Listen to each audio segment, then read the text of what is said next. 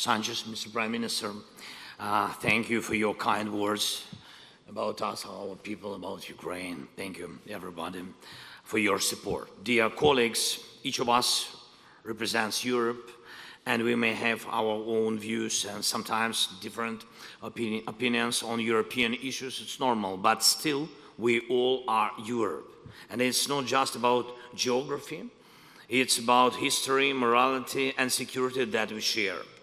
This is the unity that has no right to become weaker, because Europe should not be a ruin. This Tuesday I visited Kharkiv region in eastern Ukraine, and at least 1,200,000 residents there in Kharkiv. And the distance from the city to the border with Russia is less than 40 kilometers, or less than 3 minutes of flight time for an S-300 missile, which the Russian army uses to terrorize Kharkiv each day. And thousands of facilities have already been destroyed by such missiles: houses, schools, universities, churches, power plants, transport. But Kharkiv, wounded by this terror, shattered by missile debris, is alive. And we are doing everything we can to protect people and keep regular social and economic activities. We are keeping all key institutions working, from government agencies to our education system, in particular in Kharkiv. And most children in the city study online until there is a fully effective air defense system. Children cannot attend schools. But Kharkiv has found a solution. 65 school classes with more than 1,000 children are taught not online, but in the usual way, as in schools in any other your countries, but in the subway, under the ground. School classrooms that are provided with everything children need: furniture, equipment, Wi-Fi, but in the subway, under the ground. It's 2023, and the subway is the only safe option for the city of 1 million people to bring children together for school. This is what the neighborhood with Russia means, but it is not only our neighborhood. Various European countries border the terrorist state, and in fact, Russian propagandists and officials talk about them as the next targets of their aggression. Targets. Exactly, that's the word. Dear leaders, are there enough underground stations in your cities where it would be possible to organize protected schooling for children if Russia's threats become real? And it is preparing to make them real. I will be honest with you, as I always am. Russia is now considering various scenarios for the coming years. One of them is particularly dangerous. If there is some pause in their aggression against Ukraine, any freezing of the situation, there will be a new critical moment. 2028. If Russia is allowed to adapt now, by the 2028, the Kremlin will be able to restore the military potential that we destroyed, and it will have enough strength to attack the countries in focus of Russian expansion. And in addition to Ukraine, these are definitely the Baltic states and definitely other countries where Russian contingents are present. This is clear information from our intelligence, and we are signaling it directly to you.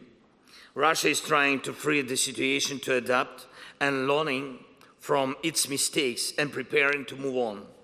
Please remember that the most dangerous enemy is the one who really made conclusions and prepared for the next attack based on, especially on these conclusions. Moscow clearly outlined its ambition to capture more imperial space, to prevent Europe from being a place of free nations and working democracies to break European unity. And war is Russia's basic tool for this, a tool to enslave or to manipulate others. Russia tried for decades to keep control over the neighboring nations by starting wars and by freezing wars. Russia has hurt Moldova, tried to crush and divide Georgia, destabilize other parts of the Caucasus, strangles Belarus, and tries to tear pieces from the body of Ukraine. Every nation that Russia is acting against in some way or another, every state that has suffered from Russia interference or invasion. And we all have to stay in a special unity, stay together, in a special cooperation, and in a special relationship with everyone else in the European Union. We all need a format of support for the nations whose lives Russia has already tried to destroy, so that the ruin caused by Russia can never spread anywhere else.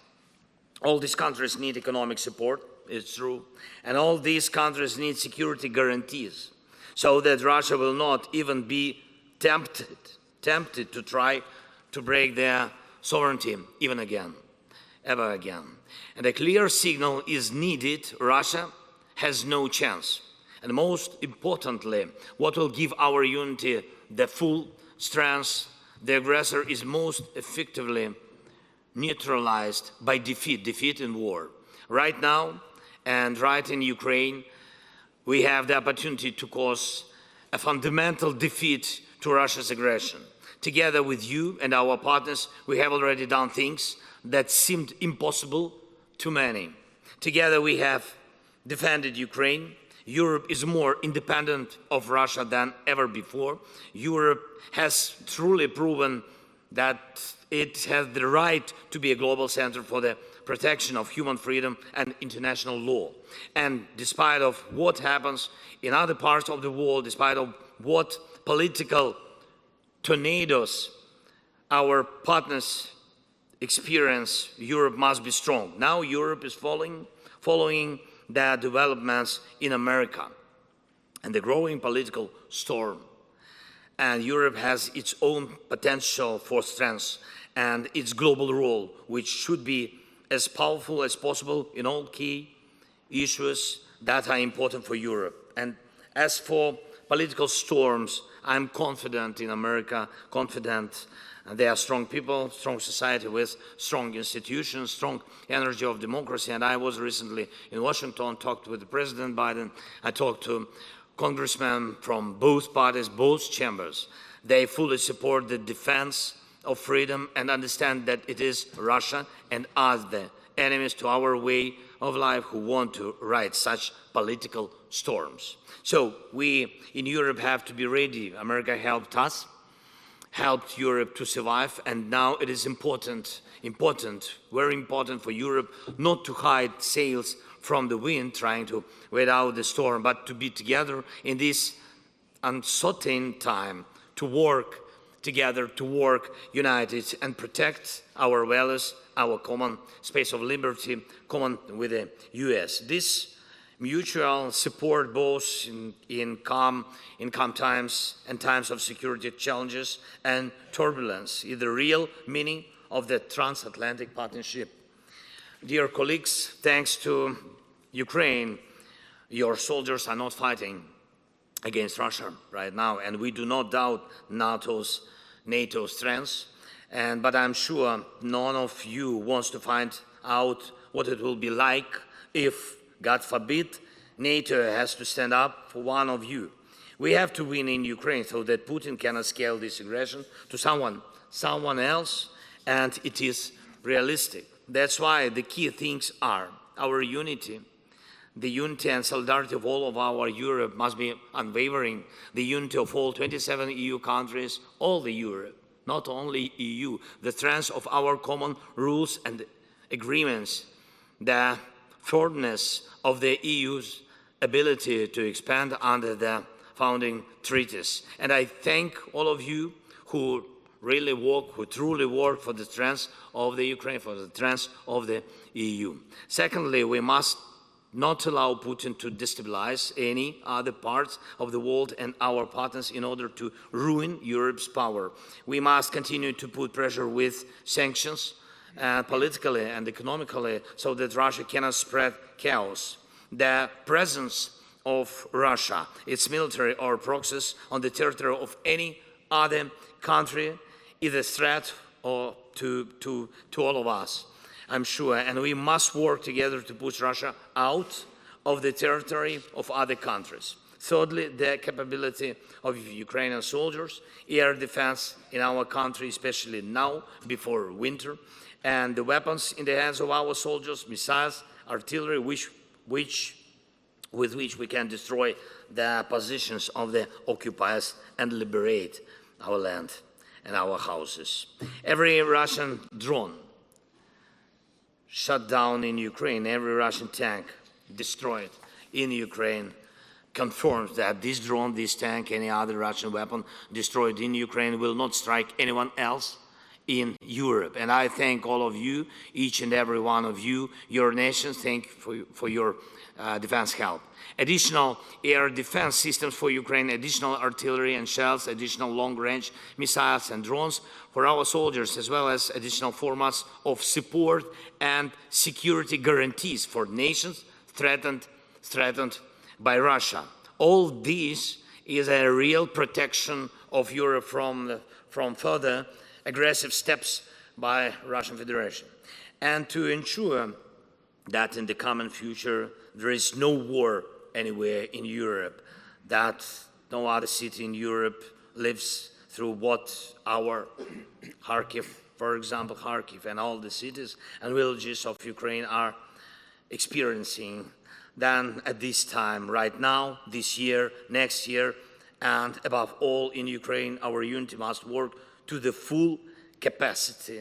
Let only Putin's ambitions be a ruin, not our countries, not our people, not our cities. Children of every country deserve to be secure, and everywhere in the country, not just in the subway, not just in the shelters, underground, but everywhere. We must make it possible, and we'll do it.